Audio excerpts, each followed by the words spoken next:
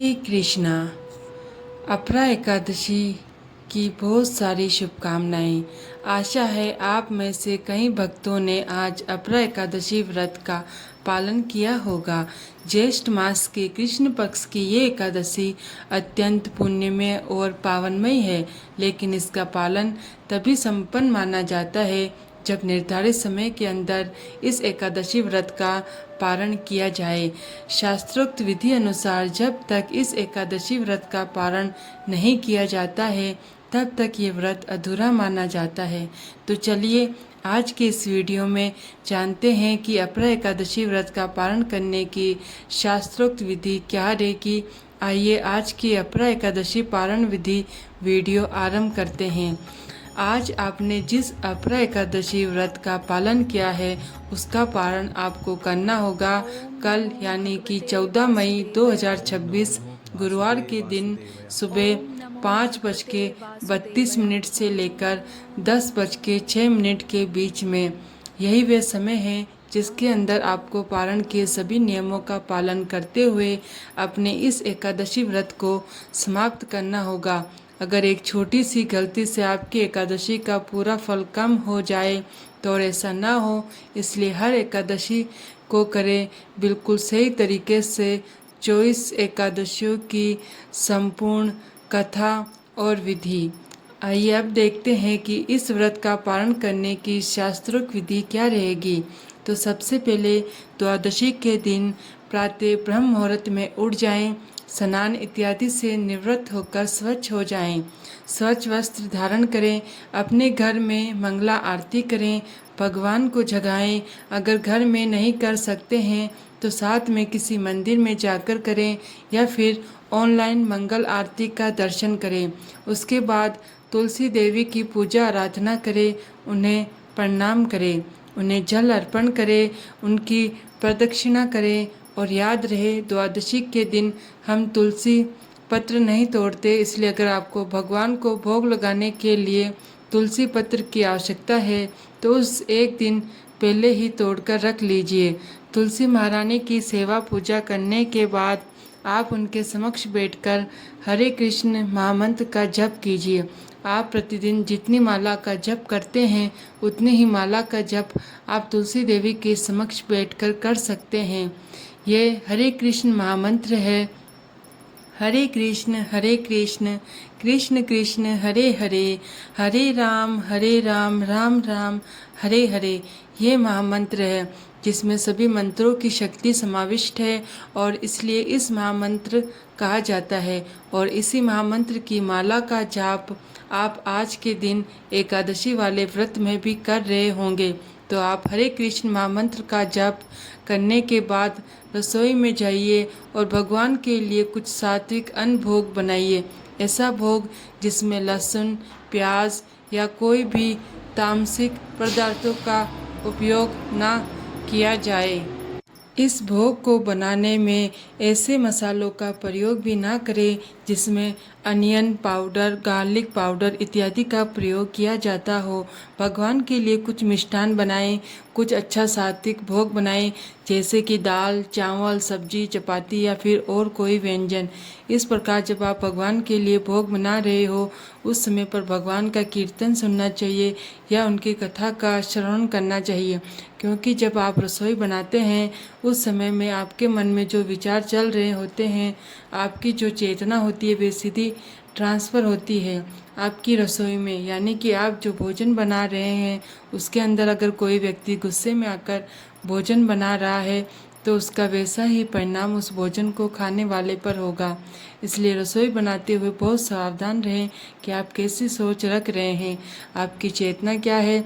तो भगवान का स्मरण करते हुए उनकी चेतना में लीन रहते हुए भगवान के लिए स्वादिष्ट सात्विक अन्न भोग बनाएं, उसमें तुलसी पत्र रखें और फिर भगवान को अर्पित करें। जब तक भगवान भोग पा रहे हैं तब तक आप दान की सामग्री एकजुट कर लें और बाकी तैयारियां कर लें। 15 मिनट बाद भगवान के पास से भोग ले लें, भगवान की आरती करें, उन्हें धूप, दीप, पुष्प इत्यादि अर्पित करें और उसके बाद एकादशी का पारण करने की तैयारी करें। पारण करने के लिए सबसे पहले भगवान के समक्ष जाकर हाथ में थोड़ा गंगाजल लीजिए और भगवान से प्रार्थना करते हुए इस मंत्र का उच्चारण कीजिए। ये पारण मंत्र है और ये मंत्र इस प्रकार है। अज्ञानति रंधस्य वेतनाने केशव प्रसिद्ध सुमुख नाथ ज्ञान दृष्टि प्रदो भवे। इसका अर्थ है, हे केशव, मैं अज्ञान रूपी अंधकार से अंध हो रहा हूँ। इस व्रत द्वारा प्रसन्न होकर मुझ पर कृपा कीजिए और मुझे ज्ञान तथा भक्ति रूपी नेत्र प्रदान कीजिए। इस प्रकार भगवान से प्रार्थना करके अब अपने घर में किसी वैष्णव को या ब्राह्मण को आमंत्रित कीजिए। भगवान को जो भोग लगाया था उसी में से अन्न प्रसाद उनको अर्पित कीजिए।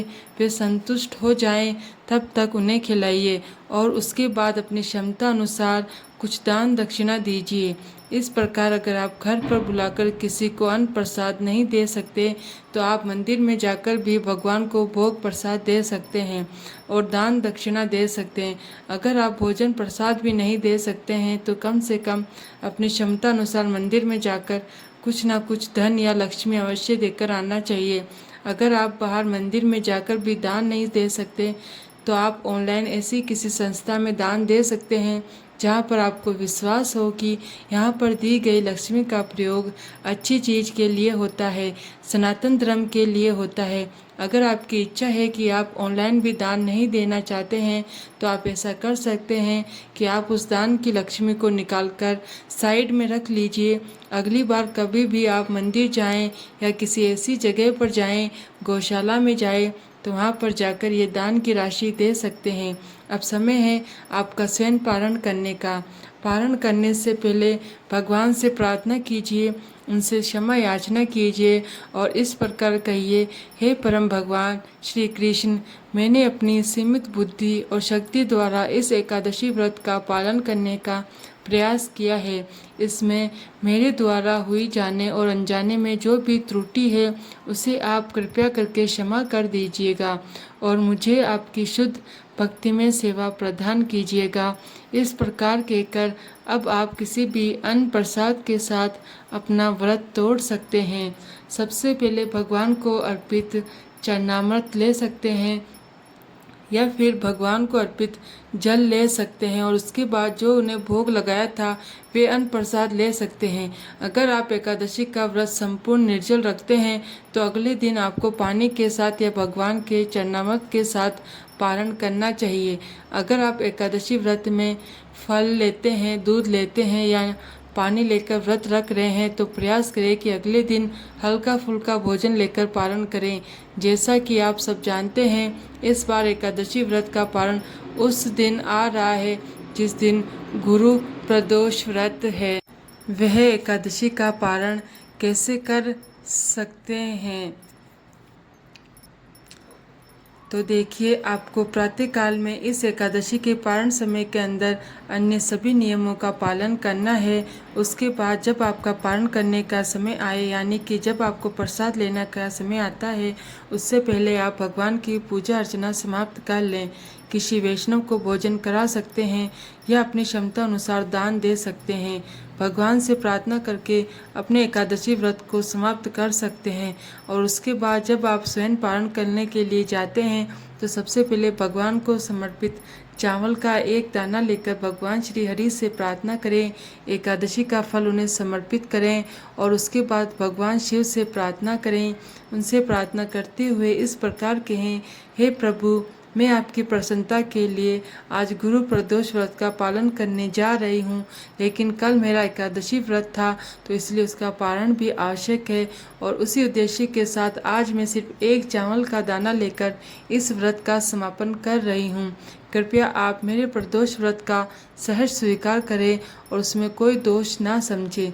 इस प्रकार कहकर आप चावल का एक दाना स्वीकार करके उसके बाद अपना प्रदोष व्रत यथावत चालू रख सकते हैं या फिर संध्या काल में प्रदोष व्रत की पूजा अर्चना करने के बाद आप अपने नियम अनुसार प्रदोष व्रत को समाप्त करके भोजन ले सकते हैं।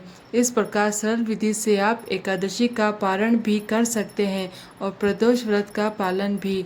और हाँ, अगर आप हमारे इस वैदिक ज्ञान के प्रचार कार्य की सराहना करते हैं, इस कार्य में योगदान देना चाहते हैं तो हमें आर्थिक रूप से अपनी सहायता भेजकर भी हमारा उत्साह बढ़ा सकते हैं। आशा है ये जानकारी आपको उपयोगी लगी होगी।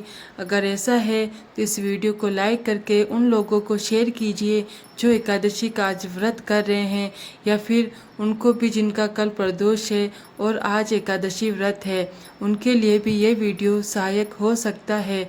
हमारे वैदिक शास्त्रों और पुराणों से ली गई ऐसी ही प्रमाणभूत जानकारी निरंतर प्राप्त करते रहने के लिए आपके अपने चैनल मंत्रा पूजा को सब्सक्राइब करके रखें। हरे कृष्णा।